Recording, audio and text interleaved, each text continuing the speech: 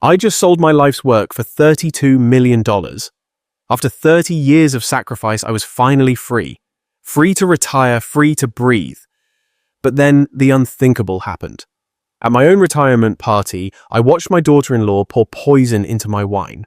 She smiled as she stirred it, then handed the glass to me with a toast to new beginnings. What would you do if the very people you trusted most, your own son and his wife, tried to murder you before dessert was even served? I didn't say a word. I didn't panic.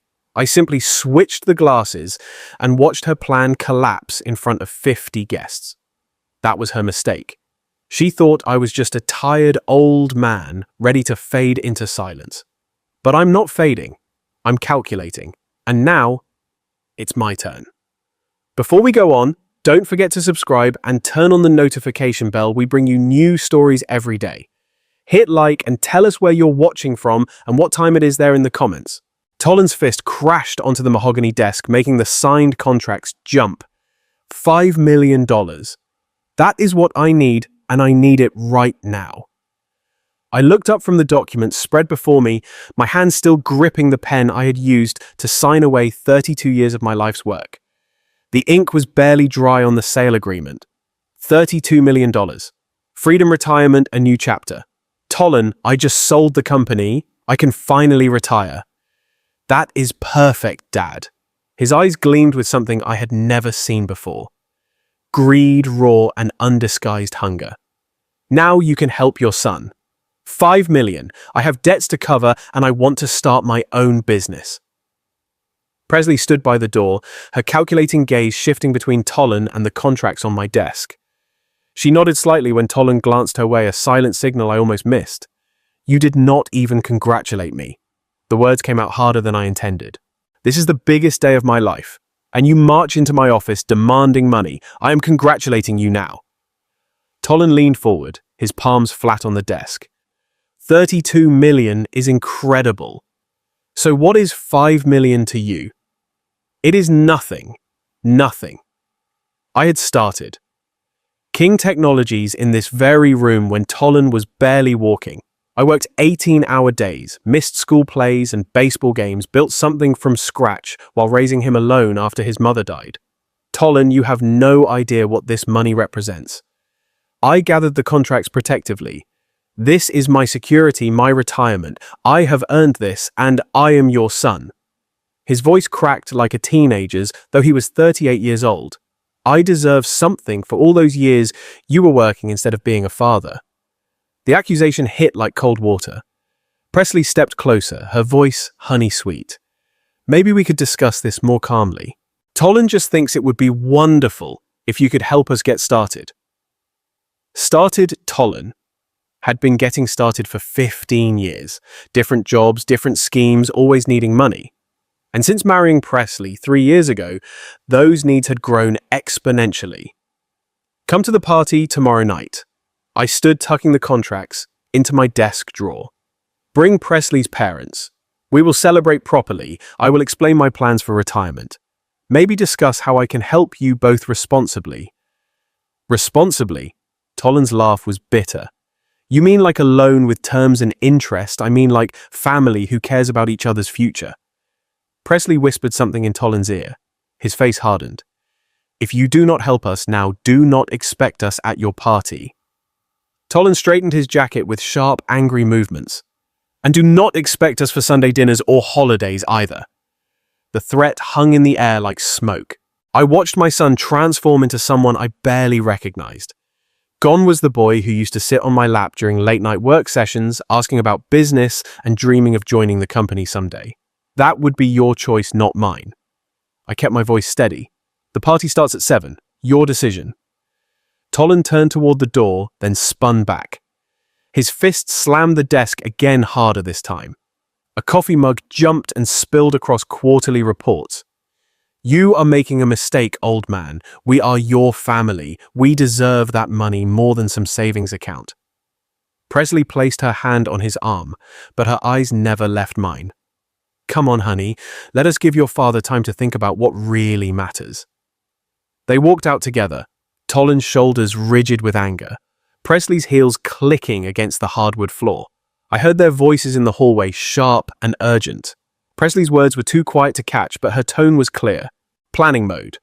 The front door slammed hard enough to rattle the windows. Through my office blinds, I watched Tolan rev his BMW unnecessarily loud before peeling out of the driveway. Presley sat in the passenger seat, her phone already pressed tightly to her ear. I sank back into my chair, staring at the coffee stain spreading across financial projections I would never need again.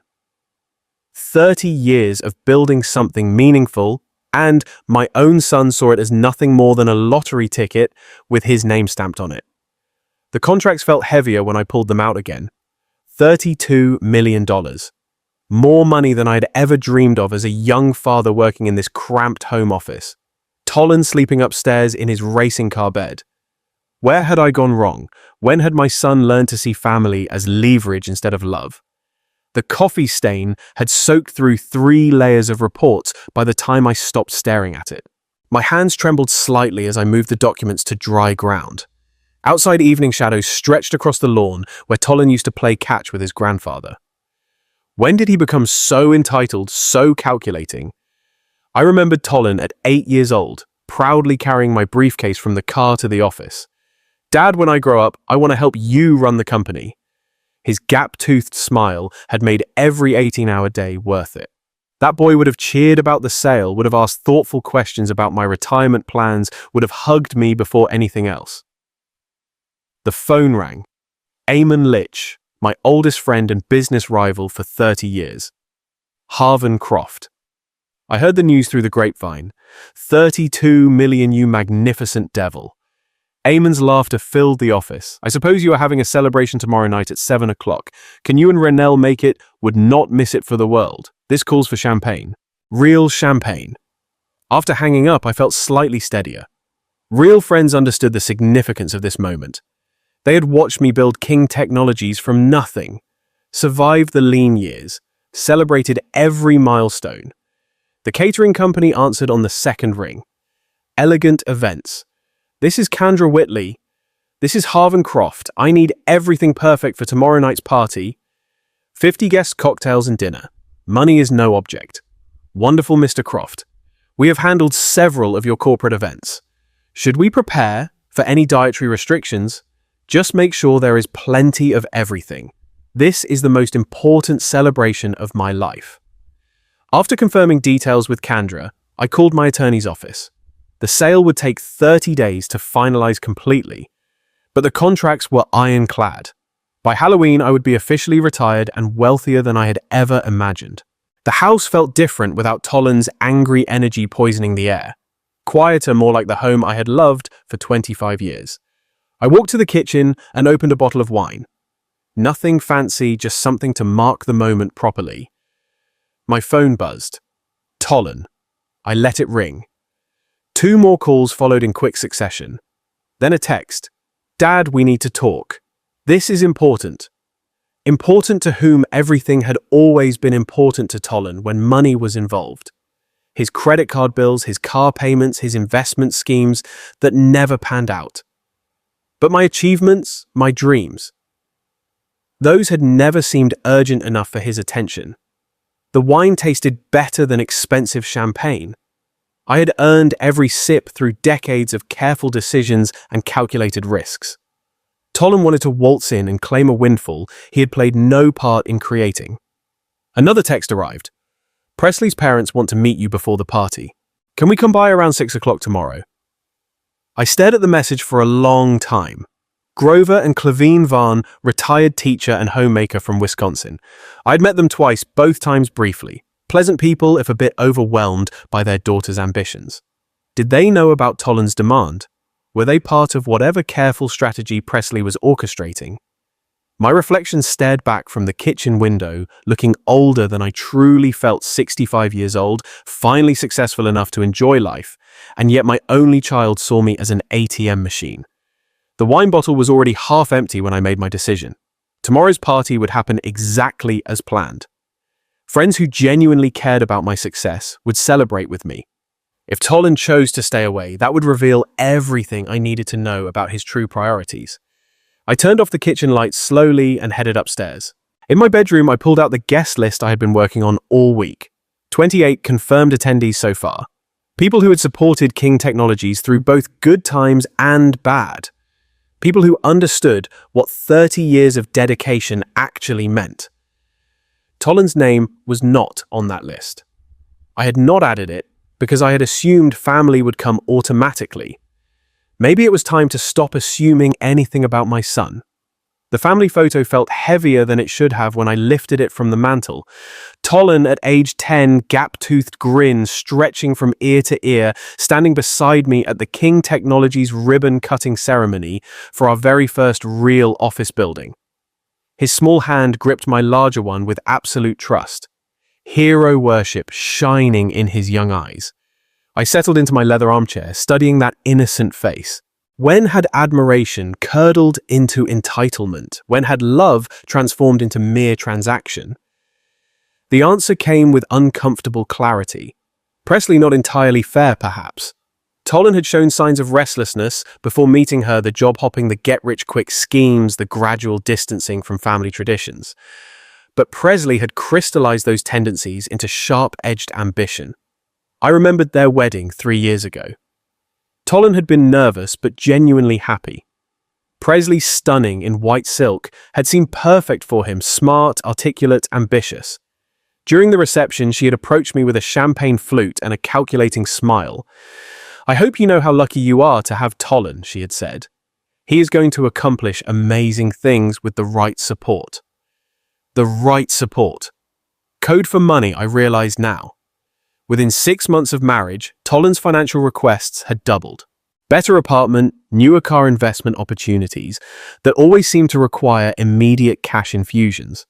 Presley's influence wrapped around him like expensive perfume, intoxicating and impossible to ignore.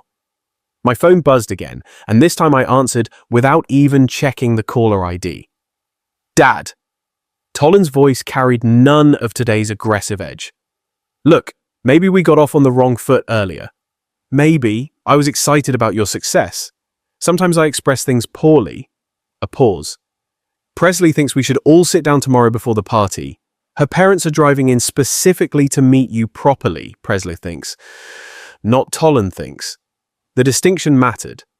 "Your Grover and Clavine Varn are welcome tomorrow night," I said carefully, along with everyone else celebrating this milestone. "But Dad, we really need to discuss the financial situation privately first as a family." Financial situation, as if my retirement planning was somehow their emergency. "Tolan, I am not discussing money with you again until you demonstrate some basic respect for what I have accomplished." The words came out sharper than intended, but I did not soften them. Congratulations would be a good start. I did congratulate you. No, you demanded payment. Very different things. Silence stretched between us. Finally, Tolan sighed. "Fine. Congratulations on selling the company, Dad. I am proud of what you built." The words sounded rehearsed, probably coached by Presley. But I heard something genuine underneath, maybe a trace of the boy who used to bring me crayon drawings of office buildings. "Thank you. That means more than you know." I softened my tone slightly. "The party starts at 7, cocktails in the living room, dinner at 8. Dress nicely. This is important to me. We will be there." Another pause. "Dad, I really am sorry about earlier the money talk. That was not how I meant to handle things at all." After hanging up, I felt cautiously optimistic. Maybe Tolan could separate himself from Presley's influence long enough to celebrate appropriately. Maybe family bonds could overcome financial greed. I walked to the kitchen and carefully checked my party preparations. Kendra Whitley from Elegant Events had confirmed everything. Bartender, servers, chef, even flowers for the tables. 47 people had now confirmed attendance, more than I had expected. The wine cellar yielded treasures I had been saving for special occasions. A 1982 Bordeaux from the year I incorporated King Technologies. Champagne from France, not the domestic kind. Tonight called for the finest everything. In my study, I arranged the sale contracts in a leather portfolio. Some guests would want to see the actual documents to understand the scope of what I had achieved. $32 million represented more than money. It was validation of every risk taken, every sacrifice made. The grandfather clock chimed 9 times. Soon I would need to rest to prepare for tomorrow's celebration. But first, I wanted to savor this moment of quiet accomplishment. Outside my window, the neighborhood settled into evening routines. Porch lights flickered on. Television screens glowed softly behind curtains. Normal families living normal lives, probably never dreaming of the kind of success I had achieved. Yet here I sat alone, with my triumph wondering why victory felt hollow, when your only child saw it as opportunity rather than achievement. Tomorrow would tell the story.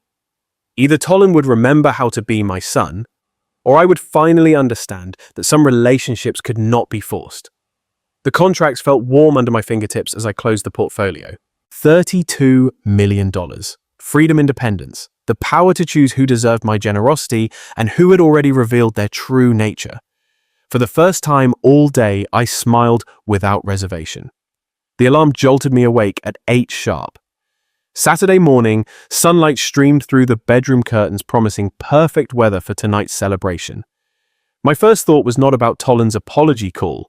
It was about the 27 confirmed guests who deserved an unforgettable evening. Coffee brewing, I spread my handwritten checklist across the kitchen table. Flowers from Millfield Gardens, wine selection from Romano's Fine Spirits, fresh oysters and imported cheeses from Delacroix Delicates. Everything had to be perfect. The morning air felt crisp against my face as I drove toward downtown. First stop Romano's, where Rurik Fenner himself greeted me at the door. "Mr. Croft, I heard about your big sale. Congratulations." His genuine enthusiasm warmed me more than yesterday's family drama had chilled me. "Rurik, I need your finest bottles for tonight's retirement celebration." I surveyed his premium section with new eyes. Money was no longer a constraint. It was now a tool for creating joy. Price is truly no object. Rurik's eyebrows rose. My friends supported me for 30 years. They deserve champagne that costs more than most cars. 2 cases of Dom Pignon 1996. 4 bottles of Chateau Margaux 1995. Rurik loaded my trunk like he was handling crown jewels. $3,000 spent in 20 minutes, and I felt lighter with each purchase. Delacroix Delicates overwhelmed my senses. Aged Parmesan fresh herbs, smoked salmon arranged like artwork. The owner Corvin Tissot personally selected each item while recounting stories of famous celebrations he had catered. Retirement after building an empire. Corvin kissed his fingers. This calls for our finest everything. Back home I found controlled chaos. Kandra's catering team had transformed my terrace into something from a magazine spread. White linens draped tables that sparkled with crystal glasses. Soft lighting wound through garden trellises. The sound system played jazz at conversation volume. "Mr. Croft, we need your approval on the appetizer arrangement." Jenith Vale, Kandra Whitley's assistant, gestured toward artistic displays of food that looked almost too beautiful to eat. I tasted everything. Crab cakes with subtle spice, chocolate-dipped strawberries that burst with sweetness. Each bite represented years of sacrifice finally paying dividends of pure pleasure. Perfect. Absolutely perfect. My hands stayed busy arranging personal touches Kendra's team could not provide. Family photos strategically placed where guests could see my journey from young father to successful entrepreneur. The signed contracts displayed in my study for anyone curious about the actual deal terms. Afternoon flew past in a productive blur. Sound system tested, check. Lighting adjusted for golden hour ambiance, check. Bathroom stocked with premium soap and towels, check. Every single detail mattered because tonight proved that success meant more than money in the bank. At 4 o'clock, I stood on my terrace, surveying the transformation. Elegant tables waited for animated conversations. The bar gleamed with premium spirits. Soft music drifted through speakers hidden carefully among flowers. This was what $32 million could buy. Not just financial security, but the power to create beauty, to gather people who mattered, to celebrate achievement with both style and grace. Tolan had demanded $5 million for personal debts. But this demonstrated how wealth should be used, with purpose, with gratitude, with joy shared among people who had earned their place at the table through loyalty and genuine affection. I checked my watch. 3 hours until the first guests arrived. Time for a shower, fresh clothes, and final preparations for the evening that would mark my transition from entrepreneur to gentleman of leisure. The contracts sat in their leather portfolio, waiting to be shared with friends who would understand their significance, not as lottery tickets demanding immediate payout, but as proof that dreams pursued with determination could indeed come true. The doorbell's first chime found me adjusting my tie in the hallway mirror. Deep breath. This was it. The celebration I had dreamed about for years. Through the frosted glass, I could see Eamon and Renelle Litch waiting on the porch, Harvan Croft. Eamon's bear hug nearly lifted me off my feet. You magnificent devil. I still cannot believe you pulled off that sale. Renelle's warm smile carried 30 years of friendship. The house looks absolutely stunning. You have outdone yourself. Leading them through my transformed home felt like showing off a masterpiece. The terrace drew gasps of appreciation. Candlelight dancing on crystal. Flowers perfuming the evening air. Jazz floating from hidden speakers. Rurik Fenner's finest champagne demands a proper toast. Later I announced, gesturing toward the bar where Dom P. Renale waited in silver buckets. Within minutes, more cars filled my driveway. Dervin Stokes from the bank still sharp at 72. Dr. Talia Merrin, who had kept me healthy through countless stressful deals. My neighbors, the Drevants, who had watched King Technologies grow from garage startup to acquisition target. 32 million, Dervin whistled low. Remember when you could not qualify for a $50,000 line of credit? You have earned every penny, Talia added, accepting champagne from the circulating server. Those 18-hour days finally paid dividends. Each arrival brought fresh waves of congratulations. Stories emerged. Late nights when I had called friends for advice. Celebrations of smaller victories along the way. Commiserations during lean years when success seemed impossible. The Meltons from 3 houses down approached with genuine small-town pride. We always knew you would make it big, Harvan. You have been such an inspiration to our neighborhood. Our kids still talk about the computer camp you sponsored at their school, Mrs. Melton added. You never forgot to give back. That comment stung pleasantly. I had given back. Scholarships, community programs, quiet help for families facing hardship. Real generosity based on genuine connection, not demanded handouts from entitled relatives. By 6:30, 28 guests circulated between terrace and garden. Conversations flowed like fine wine. Retirement plans, travel dreams, investment strategies. These people understood that wealth carried responsibility along with privilege. The sale timing was brilliant, observed Mike Torres, my former lawyer. Market conditions could not have been more favorable. Pure luck. I demurred, though we both knew better. 30 years of careful positioning, strategic partnerships, and calculated risks had created the opportunity luck could favor. Catering staff moved seamlessly through the crowd, ensuring glasses stayed full and appetizer plates constantly replenished. Every detail clicked into place exactly as planned. This was how success should be celebrated, with gratitude, dignity, and people who had supported the journey.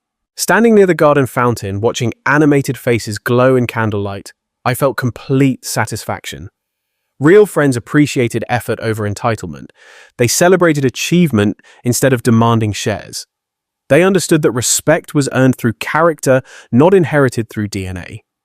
Renelle Litch approached with knowing eyes. You look happier than I have seen you in years, Harvan. Retirement suits me already. I raised my glass toward the gathering surrounded by people who mattered most. The evening's magic was building toward my planned toast, a moment to acknowledge everyone who had contributed to this success. But first, I wanted to savor this perfect scene. Elegant setting, meaningful conversations, genuine affection filling the air like expensive perfume.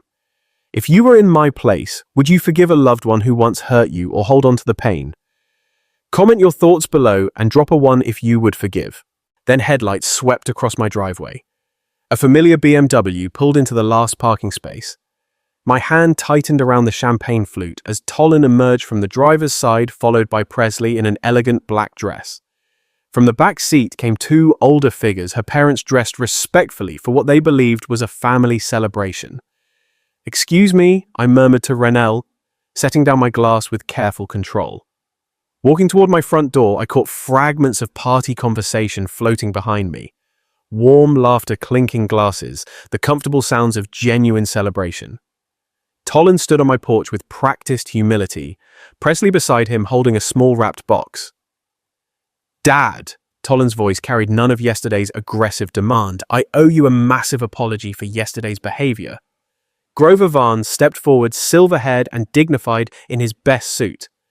"Harvin, congratulations on your well-deserved retirement." Tolan told us about this wonderful celebration. "We are so grateful you included us."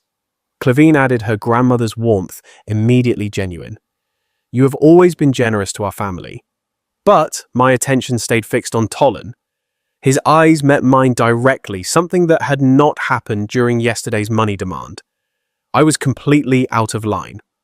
Tolan's words seemed rehearsed but felt sincere. "Your success should be celebrated, not exploited. I've been under tremendous stress with work, but that is no excuse for my behavior toward you." Presley moved closer, her smile perfectly calibrated.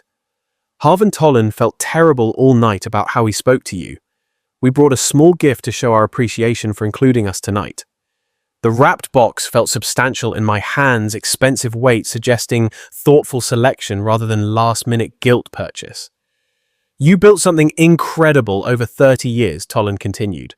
"I am proud to be your son, and I should have said that first yesterday, instead of," he gestured helplessly, "instead of what I did say." Standing there in my doorway, surrounded by the sounds of friends celebrating my achievement, I felt the sharp edges of yesterday's hurt beginning to soften. Maybe Tolan could separate himself from whatever pressure had driven his desperate demand. Maybe family relationships could survive financial stress. "Thank you for coming." I stepped aside, gesturing them into my transformed home. "The party is just getting started." Grover whistled appreciatively at the elegant setup. "Tolan was not exaggerating about your beautiful home. This is magnificent."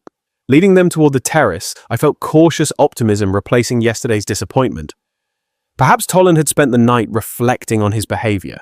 Perhaps Presley had counseled patience over immediate gratification. Perhaps tonight could bridge the gap yesterday had torn open. "Harvin, your decorations are absolutely stunning." Presley's compliments seemed genuine as she surveyed candlelit tables and flower arrangements. "What an amazing way to celebrate your achievement." My friends welcomed the family arrivals with typical warmth. Eamon Litch shook hands enthusiastically, with Grover immediately diving into conversation about teaching careers. Renelle engaged me in animated discussion about gardening techniques. "Everyone, I would like you to meet my son Tolan and his wife Presley, plus Presley's parents Grover and Clavine Vaughn." The introduction felt natural healing, some invisible wound from yesterday's confrontation. Tolan moved through introductions with genuine grace, asking thoughtful questions about my friendships and business relationships. No mention of money, no hints about financial expectations, just a son appearing proud of his father's accomplishments. "Your father has been an inspiration to our entire community," Mrs. Melton told Tolan warmly. "He never forgot to help others even while building his own success." "That sounds exactly like Dad," Tolan replied, glancing my way with what looked like authentic admiration. Presley positioned herself near the bar, charming the catering staff while offering to help refresh drinks. Her social skills impressed even my most discerning friends. She asked intelligent questions about retirement planning, showed genuine interest in family stories, and played the perfect supportive daughter-in-law. "We should add chairs for the family," I told Kendra Whitley's assistant, who quickly arranged additional seating at the main table. The party atmosphere shifted subtly with family inclusion, more complete somehow, as if the celebration had been waiting for these final pieces. Grover's teaching stories entertained the group. My quiet wisdom complemented more assertive personalities perfectly. Standing back near the garden fountain, I watched this perfect scene unfold. Friends and family mingling, naturally meaningful conversations flowing between generations, my achievement celebrated by everyone who mattered most. "This is exactly what I hoped for," I murmured to myself, watching Tolan laugh genuinely at one of Eamon's business anecdotes. Maybe yesterday's conflict had been necessary, a clearing of air before true reconciliation. Maybe family bonds were stronger than momentary greed. Leading Tolan and his family toward the main seating area felt like completing a perfect picture. Grover immediately connected with Dr. Talia Merrin over shared stories about career transitions, while Clavine charmed the Drevants with questions about their rose garden. "Dad, you should tell everyone about that European river cruise you are planning." Tolan's enthusiasm seemed genuinely infectious as he helped refresh drinks for nearby guests. The suggestion sparked immediate interest. Eamon leaned forward with his characteristic grin. "Harvan, you always said you would see the Scottish Highlands when you retired. First stop after the sale finalizes completely, I confirmed accepting a fresh glass of wine from Tolan. Scotland, then Ireland. Maybe venture into Scandinavia. 30 years of 12-hour days earned you every mile of that adventure," Talia added warmly. Presley moved gracefully between guest groups, her social skills impressive, even to my most discerning friends. She asked intelligent questions about my business relationships, showed genuine interest in retirement planning, discussions, and played the perfect supportive daughter-in-law role. "Talia Harvan has told us so much about your friendship over the years," Presley said, settling beside the doctor. "Tolan and I feel so grateful to be part of this celebration tonight." "Family celebrations are the best kind," Talia replied. "This is exactly how success should be honored, with people who matter most." Tolan caught my eye across the terrace and raised his glass slightly, a son's salute to his father's achievement. The gesture erased lingering shadows from yesterday's confrontation. Whatever stress had driven his desperate money demand seemed resolved through tonight's genuine reconciliation. Yet part of me knew life often writes itself like a revenge, true story where hidden motives can return when least expected. "I cannot believe I almost missed celebrating this incredible accomplishment," Tolan told Eamon Litch during a conversation about business strategy. "My father built this company from absolutely nothing. Pure determination and vision." The pride in his voice sounded authentic, not the calculated flattery from yesterday, but real admiration for what I had achieved. Maybe Presley had helped him gain perspective on family priorities versus financial pressure. Grover Vaughn raised his wine glass toward me. "Harvan, 35 years teaching showed me what dedication looks like. But building a company from scratch that is remarkable resilience. The hardest part was believing it would work when everyone said technology consulting was too competitive," I reflected. "Persistence pays dividends, but it takes decades to see results." Clavine nodded thoughtfully. "Presley always said you were an inspiration, working so hard while raising Tolan alone after your wife passed." The comment touched something deep. These people understood sacrifice in ways Tolan had seemed to forget yesterday. Tonight felt like validation that my choices had been correct. Family and friends, recognizing effort over entitlement. This terrace setup is absolutely stunning. Presley complimented her eyes, scanning the elegant arrangement. "You have such sophisticated taste. Everything looks magazine perfect." Kendra Whitley's catering team deserves the credit, I admitted. Though I did insist on personal touches, family photos, the wine selection, flowers from my mother's favorite shop. "Details matter for occasions like this," Presley agreed. "Memories should be beautiful." As twilight deepened, garden lights began twinkling like captured stars. The party reached that perfect rhythm where conversations flowed naturally, laughter punctuated stories, and everyone seemed genuinely content. This was exactly what I had envisioned when planning tonight's celebration. Tolan moved between groups effortlessly, sharing stories about my generosity over the years, expressing gratitude for lessons learned during his childhood. The son I remembered from happier times had returned, replacing yesterday's angry stranger. "Your father sponsored computer camps for underprivileged kids every summer," Tolan told the Meltons. "I helped when I was old enough." He never publicized it, just believed technology education could change lives. Such moments reminded me why family reconciliation mattered more than money. Tolan could have been part of this success story all along, if he had chosen patience over immediate gratification. My phone buzzed insistently against my chest. The caller ID showed my attorney's office number, probably final details about Monday's closing procedures. "Excuse me, everyone," I announced, glancing around the perfect party scene. "I need to take this call about some closing details. Please continue enjoying yourselves." Walking through the French doors into my living room, I pressed the phone to my ear while positioning myself by the large window overlooking the terrace. The caller was Arl Hentley, my closing attorney with last-minute documentation questions. Harvin, sorry to interrupt your celebration, but the buyer's bank needs confirmation on the wire transfer timing. Of course, Arl. Monday morning works perfectly for the final transfer. Through the window, I could see my guests continuing their animated conversations, the party flowing beautifully without me. The documentation has been filed with the state, and the transition team starts Tuesday. Very smooth process. Overall, Tolan was engaging Eamon and Dervin Stokes in what looked like serious business discussion, his hands gesturing enthusiastically. Even from this distance, I could see the respect on their faces as he spoke about the company's future. I appreciate you handling these final details personally, RL. This sale means everything to my retirement plans. Presley moved casually toward the drink refreshment area, appearing to help maintain the hosting duties I temporarily abandoned. Such thoughtfulness. She was proving herself the ideal daughter-in-law I'd always hoped Tolan would find. The buyer is impressed with your operational documentation. They are confident about the transition. Something caught my peripheral vision. Presley had paused beside the drink table, her back to most of the guests. Her hand moved to her pocket, retrieving something small. That is excellent news, RL. My words died as I watched Presley's movements more closely. She palmed something tiny, a small packet or envelope, while glancing around to ensure no one was watching her. Then with practiced smoothness, she moved her hand over my wine glass. My breath stopped. A fine powder fell from the packet into my drink. Quick, deliberate, unmistakable. Harvin, are you still there? Yes, I am here. My voice sounded distant even to myself.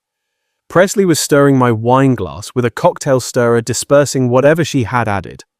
Should we schedule a final call before the wire transfer Monday? Presley pocketed the empty packet and stirrer, then moved away from the table with the same casual grace she had approached. No one else had noticed. The guests remained absorbed in their conversations, completely unaware that someone had just poisoned my drink. Arl, I am sorry, but something urgent has come up here. My hand trembled slightly, holding the phone. Can we finalize everything first thing Monday morning? Of course. Enjoy your celebration, Harvin. You have earned it. Through the window, I watched Presley rejoin the main conversation group, her smile bright and natural. She positioned herself where she could observe the drink table while appearing engaged with other guests. My mind raced through the implications, the reconciliation, the apologies, the perfect daughter-in-law performance, all calculated manipulation leading to this very moment. They were not here to celebrate my success. They were here to ensure I did not live to enjoy it. Tolan seemed genuinely unaware, still engaged in animated conversation with Eamon Litch. His reformation appeared authentic, which meant Presley was operating without his knowledge. She had used his legitimate guilt over yesterday's confrontation as cover for her own deadly plan. The wineglass sat innocently on the table, indistinguishable from any other drink at the party, but I knew what it contained now. One sip would be enough. Whatever poison she had used was likely fast-acting and designed to mimic a heart attack or stroke. A wealthy 65-year-old man celebrating with alcohol who would question a sudden medical emergency. But she had made one critical mistake. She had not realized I was watching. Taking a deep breath, I straightened my shoulders and prepared to return to the party. The game had changed completely, but I held the advantage now. Presley thought she was executing a perfect murder. Instead, she had just revealed herself as the enemy I needed to defeat. Time to turn the tables on my would-be killer. Stepping back onto the terrace, I maintained the same warm smile I had worn all evening, though my heart hammered against my ribs. Presley glanced up as I rejoined the group, her eyes immediately tracking toward the drink table where my poisoned wine waited.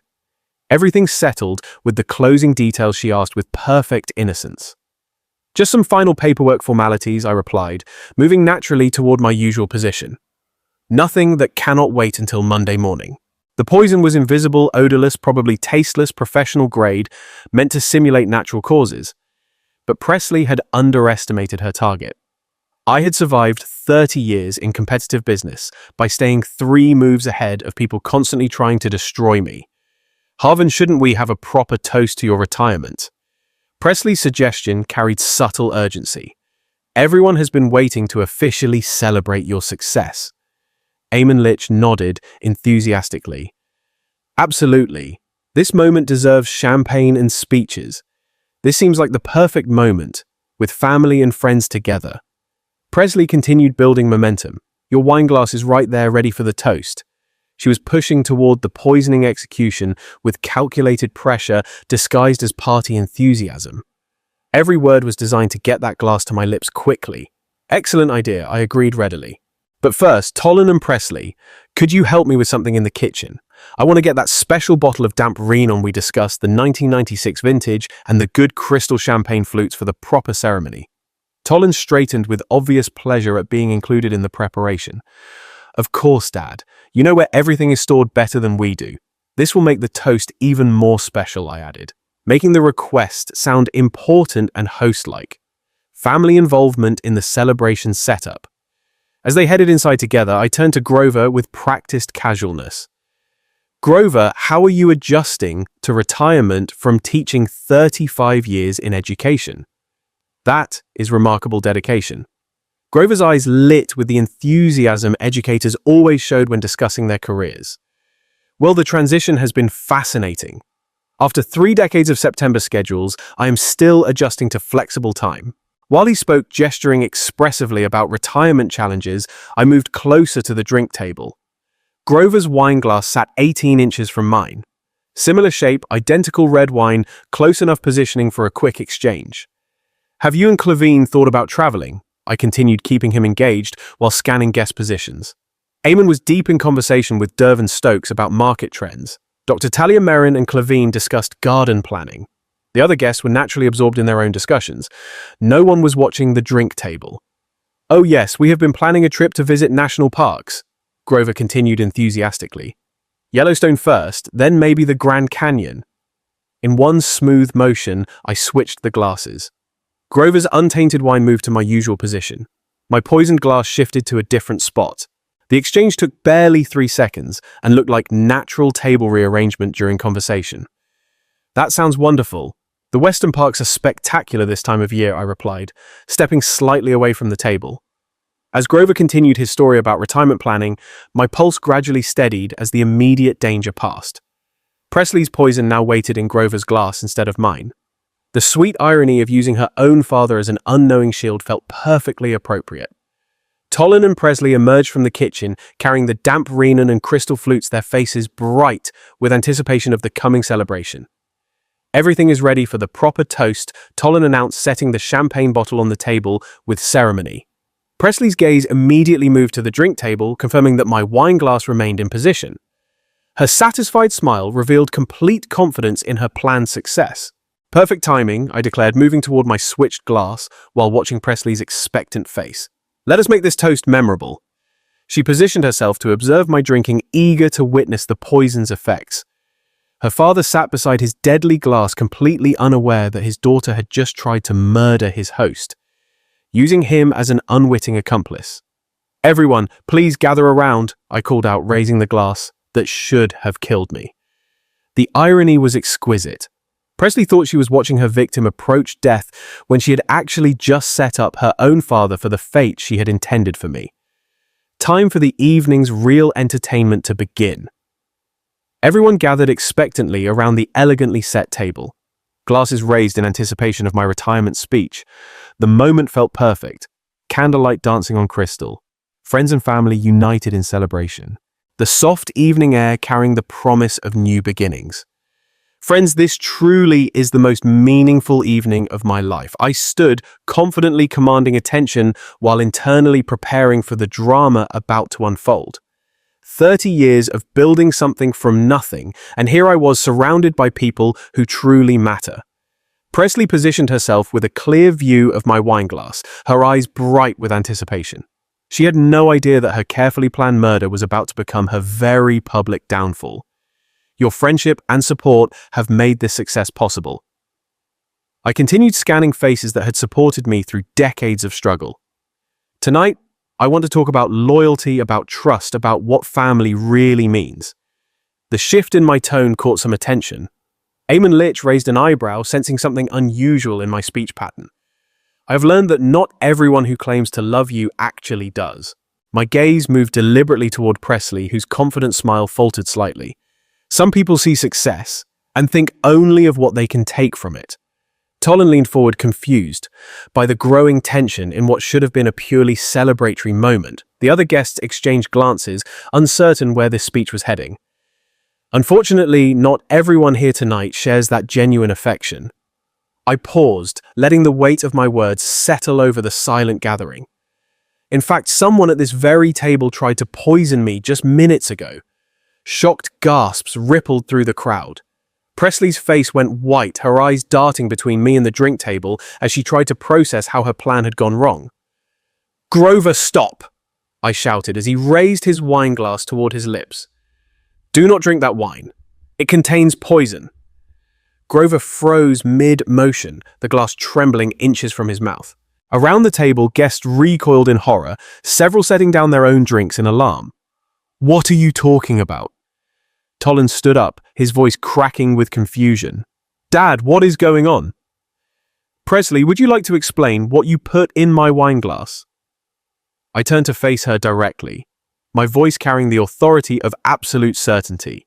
"I saw you add something from a small packet while I was taking that phone call inside." "That is absolutely ridiculous." Presley's voice pitched higher with panic. "Why would I poison anyone? This is insane." But her face betrayed everything, the color draining from her cheeks, her hands trembling as she gripped the back of her chair, her eyes calculating escape routes even as she protested innocence. "You looked around to make sure no one was watching," I continued relentlessly. "You stirred it in, then pocketed the evidence immediately afterward." Tolan stared at his wife with growing horror. "Presley, tell him he is wrong. Tell everyone this is some kind of mistake." "Of course it is a mistake," she snapped, but her voice carried desperation now. "Harvan, you must have seen something else. I was just helping with the drinks." Grover still held the poisoned glass, staring at it with dawning understanding of how close he had come to death. Clavine clutched his arm, tears streaming down her face. "Fine," I said calmly. "Let us settle this scientifically. We will take that wine to a laboratory for analysis. If I am wrong, I will apologize publicly to everyone here. If I am right, I reach toward Grover's glass. This will prove attempted murder. Let me just secure this evidence." Presley lunged forward with sudden desperation, her calculated facade cracking completely. "You cannot!" She stumbled against the table leg with theatrical clumsiness, her hand striking the wine glass. Crystal shattered against stone. Red wine splashed across the terrace. Evidence destroyed in one sudden, accidental moment. "Oh no," Presley gasped, her performance unconvincing. "I am so clumsy. I am so sorry." The silence that followed was deafening. Even Tolan stared at his wife with undisguised suspicion. "How convenient," I said quietly, and everyone understood exactly what they had just witnessed. The shattered glass caught candlelight like scattered diamonds on the stone terrace. Presley knelt beside the mess, making a show of trying to clean up while avoiding everyone's accusatory stares. "That was no accident, Presley." I stood over her, my voice carrying the weight of absolute judgment. "You destroyed the evidence because you knew exactly what that laboratory analysis would reveal. I do not have to listen to these wild accusations." She shot to her feet, her composure finally cracking entirely. Mascara streaked down her cheeks as panic replaced calculation. "This is ridiculous." Tolan stepped between us, but his voice lacked conviction. "Dad, maybe there is some explanation. The explanation is simple." I kept my eyes fixed on Presley's guilty face. "Your wife came here tonight to murder me for my money. She used your genuine reconciliation as cover for attempted homicide." "That is a lie." Presley's voice rose to near hysteria. "Tolan, are you going to let him talk about me this way?" But Tolan was staring at his wife with dawning recognition. "The money demand yesterday. You pushed me to ask for $5 million. You said we deserved it immediately. You needed help with your debts." Presley snapped, then caught herself revealing far too much. "What debts?" Grover asked quietly, his voice heavy with disappointment. "Presley, what have you done?" Eamon Litch stepped forward, his lawyer instincts engaged. "Harvan, what exactly did you witness?" "I saw her add powder from a small packet into my wine glass while I was on the phone inside. She stirred it in, looked around to ensure no one noticed, then pocketed the evidence. I gestured toward the broken glass.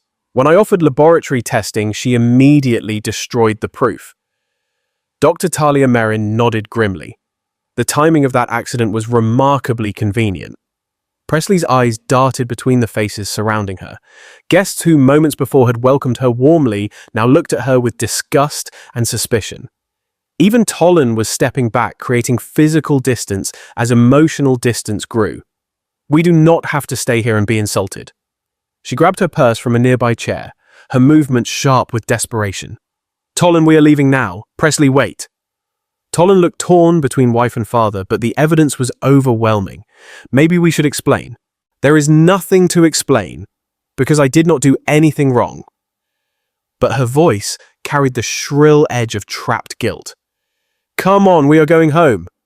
She stalked toward the house, her high heels clicking angrily against stone. Tolan followed, reluctantly glancing back with an expression of confused shame. Dad, I do not know what to say. The truth would be a good start, I replied, but not unkindly, when you are ready to hear it. Grover and Clavine remained frozen by the drink table, their faces etched with heartbreak and humiliation. Around us, party guests murmured among themselves, processing the dramatic revelation that had shattered what should have been a perfect celebration. Car doors slammed in the driveway with finality. An engine roared to life, revved unnecessarily loud in an expression of frustrated rage. Tires squealed against asphalt as Tolan's BMW disappeared into the night, carrying away the criminals who had tried to destroy my retirement before it had even begun.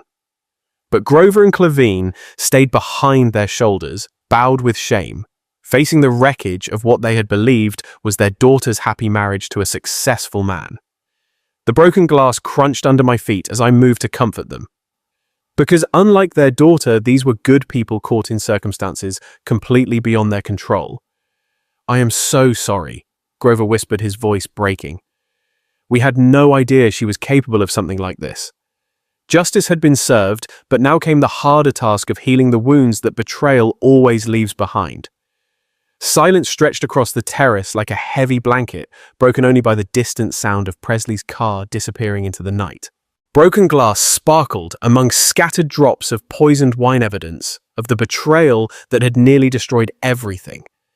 Grover stood motionless, still processing how close he had come to death at his own daughter's hands. Clavine dabbed her eyes with a tissue, her quiet sobs carrying decades of parental heartbreak. We are so deeply sorry, Harvin. Grover's voice trembled with shame and gratitude. You saved my life tonight. We failed as parents somehow. This is our responsibility. Grover, Clavine, look at me. I moved closer, placing a gentle hand on the older man's shoulder. This is not your fault. You are good, decent people. Presley made her own choices. You did not raise her to be a criminal. But we must have missed something, Clavine whispered. Some sign that she could do such a terrible thing. Evil sometimes wears a perfect mask, Dr. Talia Merrin said softly, joining our small circle. None of us suspected her true nature until tonight. Eamon Litch approached with a small brush and dustpan, already helping clean up the shattered evidence. Harvin, your quick thinking saved Grover's life. How did you figure out what was happening? Pure chance, I admitted. I was by the window taking a business call when I saw her add something to my wine. At first, I could not believe what I was seeing. You handled that situation with incredible grace. Dervin Stokes added his banker's instincts, appreciating strategic thinking under pressure. Most people would have panicked or confronted her immediately. Other guests gradually joined our conversation, their initial shock transforming into admiration for how I had protected an innocent man while exposing a murderer. The catering staff quietly replaced broken items and brought fresh glasses, helping restore order to the chaos. I keep thinking about how she encouraged that toast, Renelle Litch observed with a shudder. She was eager to watch you drink poison.